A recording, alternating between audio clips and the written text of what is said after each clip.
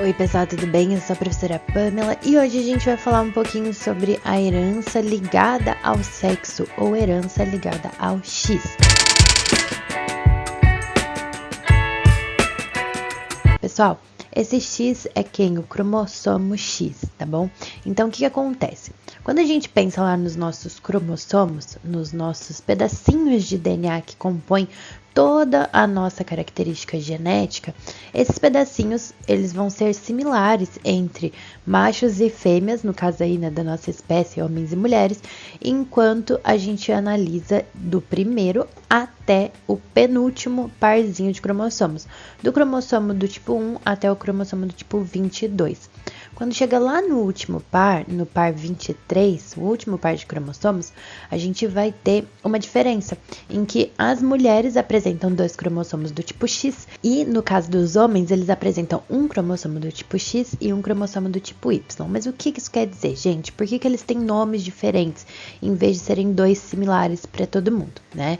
No caso das mulheres, os 2 são similares, então a gente vai ter um padrão como ocorre no caso dos outros cromossomos mesmo. É um parzinho, são cromossomos que formam aquele par de homólogos normal, como a gente costuma estudar.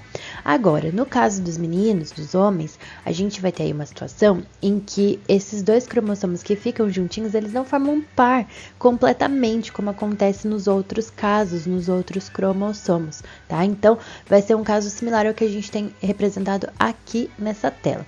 Então, vejam só. Eu coloquei aqui um cromossomo X e um cromossomo Y. O cromossomo X, ele é um cromossomo maior, tá?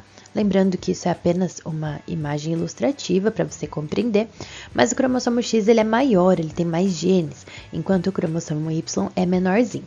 No caso das mulheres, a gente vai ter 2 desses cromossomos aqui, então eles formam um par certinho. No caso dos homens, vai ser um desse e um do Y.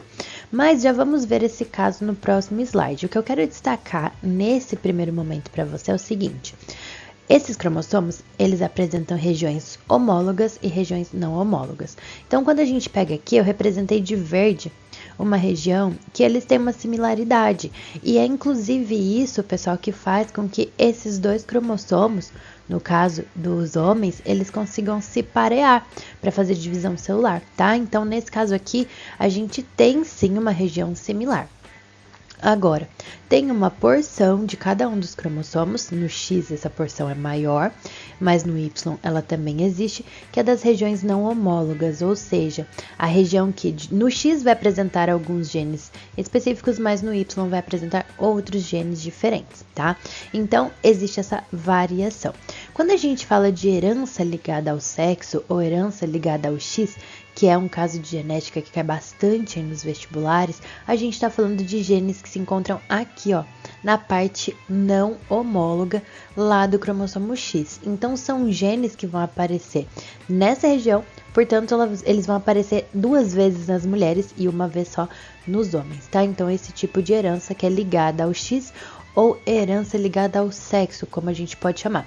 Pode chamar das 2 maneiras. Aqui a gente vai ter o exemplo exatamente daquilo que eu havia comentado anteriormente. Nas mulheres, o padrão desses cromossomos é esse aqui.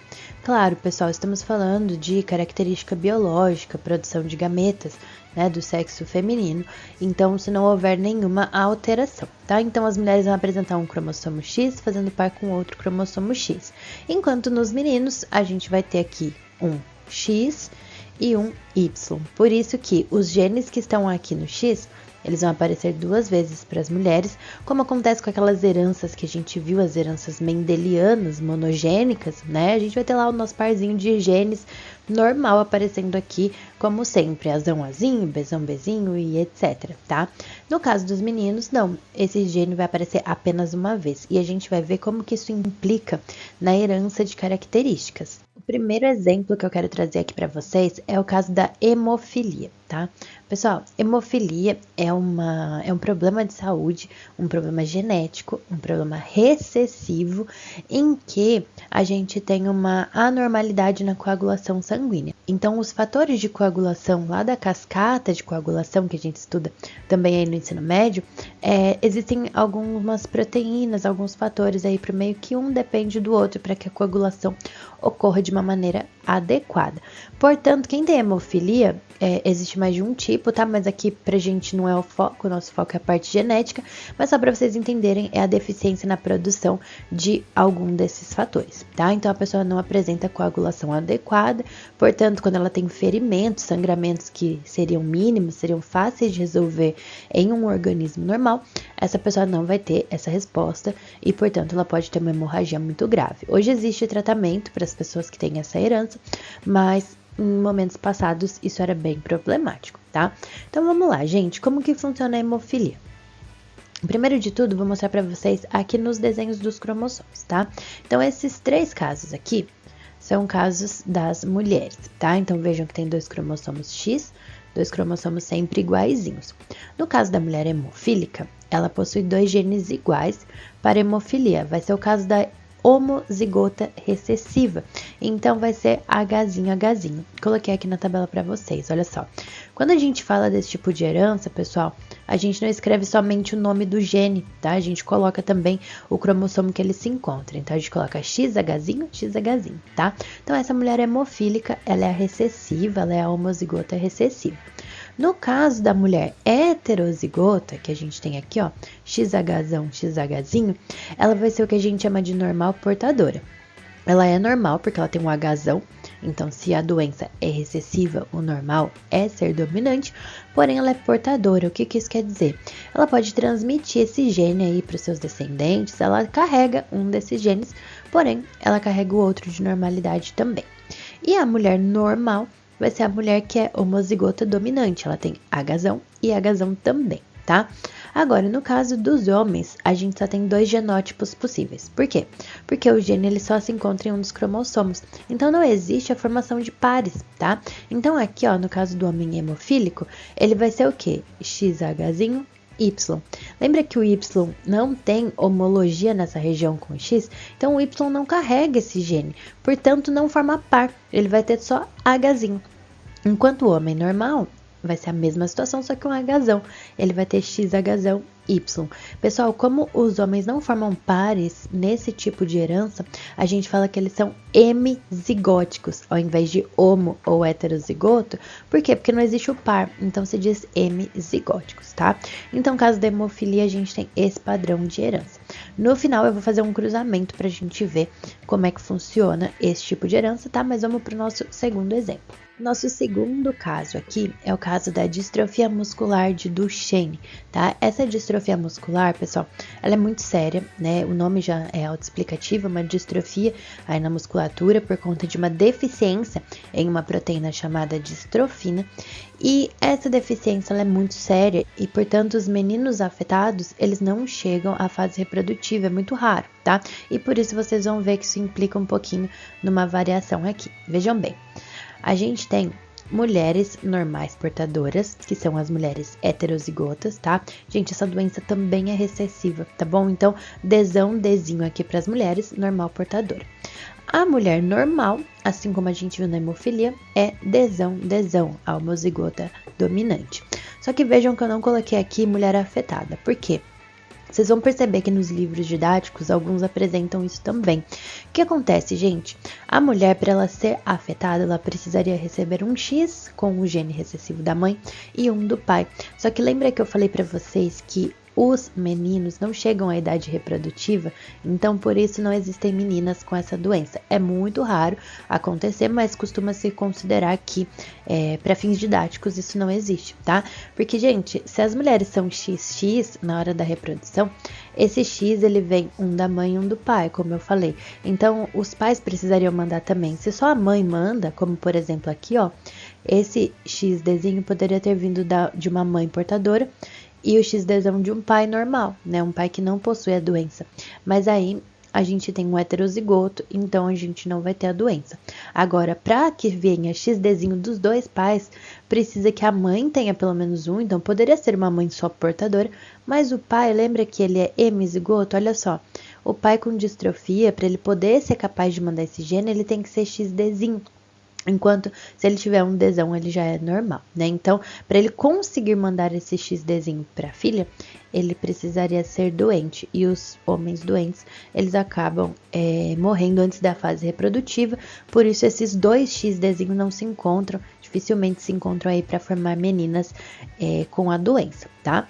Mas aqui, voltando para os homens, olha só, homem com distrofia, então, um cromossomo do X que tenha o gene para doença, e o Y não carrega, enquanto o normal, mesma situação, um gene para normal, enquanto o Y não carrega esse tipo de herança. Antes de continuar, eu quero saber se você está gostando desse vídeo, coloque aí o seu comentário com a sua dúvida também, de repente, vê aí se você tem alguma curiosidade, alguma dúvida sobre o conteúdo, curte, compartilha com seus amigos e não esquece de se inscrever se você não é inscrito para me ajudar aí com o canal, tá bom?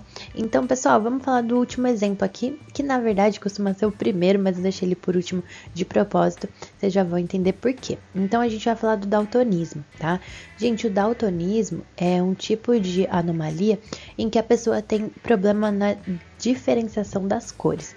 Então, é muito comum ocorrer, por exemplo, entre vermelho e verde, tá? Existem outros tipos, mas é uma alteração lá nas células dos olhos que dificulta essa percepção, tá bom?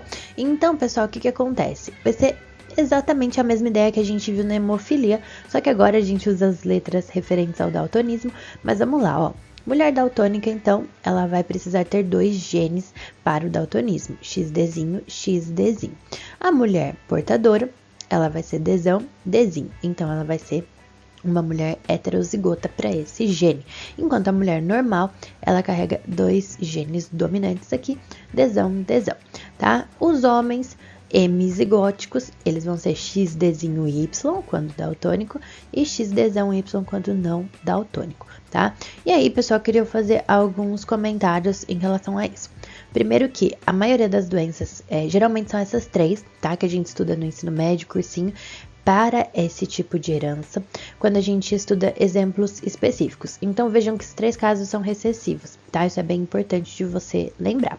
Outra coisa é que, às vezes, tem exercícios com heredogramas, aquelas árvores genealógicas, que podem pedir informações referentes a heranças dominantes, tá? Então, eu vou fazer um vídeo referente a isso, mas eu vou mostrar no cruzamento para vocês o que mudaria se fosse dominante, tá? Mas tenham em mente que a herança ligada ao X, ela pode ser dominante ou recessiva, tá bom? A gente fala desses exemplos porque eles são os mais comuns de cair mesmo, tá bom? Mas poderia ser casos de alterações dominantes também. Agora a gente vai fazer um cruzamento para verificar como que funciona aí nesse caso da herança ligada ao X. Bom, mantendo aqui o nosso tema do daltonismo, eu preparei esse cruzamento, então temos os exemplos dos cromossomos aqui em cima, e aqui a gente tem um cruzamento. Então vejam só, uma mulher, essa mulher é o quê? Portadora, tá? Ela é normal, mas ela é portadora do gene do daltonismo aqui do ladinho, que é o Dzinho. Enquanto o homem, o pai dos filhos aqui, ele vai ser normal, XDzão Y. Quando a gente prepara o nosso quadrado de Punnett, a gente observa que, olha só, XDzão, 25% de mulheres que são normais homozigotas, tá? Agora, quando a gente vem pra cá, ó, XDzão, XDzinho, mais 25% aqui, só que nesse caso de mulheres que são heterozigotas e, portanto, portadoras do gene. Quando a gente desce para cá, XDzão Y, aqui a gente vai ter um homem, né, uma possibilidade, os 25% de homens normais, enquanto aqui, ó, XDzinho Y, 25% de homens daltônicos. Gente, olha que curioso, quando a gente estuda esse tipo de herança, no quadrado de Punnett, a gente não coloca só o Dzão, Dzinho, não coloca só a letra do gene, a gente coloca junto também o cromossomo, e isso já nos dá a resposta de probabilidade com o sexo também, né? Então, a gente poderia falar, por exemplo, que nesse caso temos 100% de mulheres normais. Tem exercícios que vão pedir a escrita dessa maneira, porque separa pelos sexos. Então, aqui, por exemplo, a gente teria 100% de mulheres normais. Eu dividi aqui pra gente poder ver de uma outra forma, mas poderia estar escrito assim. Aí, considerando, né, por sexo, a gente poderia dizer 50% de homens são normais e 50% dos homens são daltônicos. Agora, se a gente considera no todo, aí cada quadradinho vale 25%, tá? Então, a gente já vê junto o sexo resultante de cada fecundação ali com os cromossomos, tá? Pessoal, e o que eu queria observar com vocês? Vejam que quando se formam homens, é o que eu falei anteriormente, o X vem da mãe e o Y vem do pai. É sempre assim, tá? Então, a gente tem que levar isso em consideração quando a gente está resolvendo o exercício. Bom, se é um homem e é uma herança ligada ao sexo, ele recebeu essa característica, seja ela uma doença ou não, seja ela dominante ou recessiva, ele recebeu da mãe, né? Agora, quando a gente fala das meninas formadas, das mulheres formadas, a gente tem que pensar que um X veio da mãe e outro X veio do pai. Então, os dois vão interferir nessa herança. Se ela for dominante, por exemplo, basta que um dos dois pais mande esse gene para que acarrete a anomalia. Agora, nesse caso de ser recessiva, vai ser mais difícil de ocorrer com as mulheres. Vocês já devem ter ouvido falar por aí que não existe mulher daltônica, né? Esse comentário que surge aí, na verdade, é mais referente a isso, é mais difícil de acontecer, né? E outra coisa que eu queria comentar com vocês, pessoal, eu ainda vou fazer uma aula sobre isso, se já tiver eu coloco aqui, mas as mulheres, como elas têm 2 cromossomos X, um deles sempre fica inativo. Ele fica na fórmula de corpúsculo de Barr, ou cromatina sexual, que a gente chama, tá? Então, o que acontece? Quando a gente tem ali os nossos 2 cromossomos X, independente de qual genótipo para as coisas, um deles fica inativo, só que isso é aleatório. Então, por que eu tô explicando isso? A mulher, por exemplo, heterozigota, ela pode ter células em que o X que tem o Dzão tá inativo ou que tem o Dzinho tá inativo. Então, pode acontecer da mulher heterozigota, não só para o daltonismo, mas para outra coisa, ela tenha, então, alguma característica se expressando de uma maneira diferente, não considerando essa heterozigose, por conta disso, tá? Então, acaba acontecendo essa situação também. Bom, pessoal, espero que vocês tenham gostado. Curte, compartilha, comenta e até a próxima. Tchau!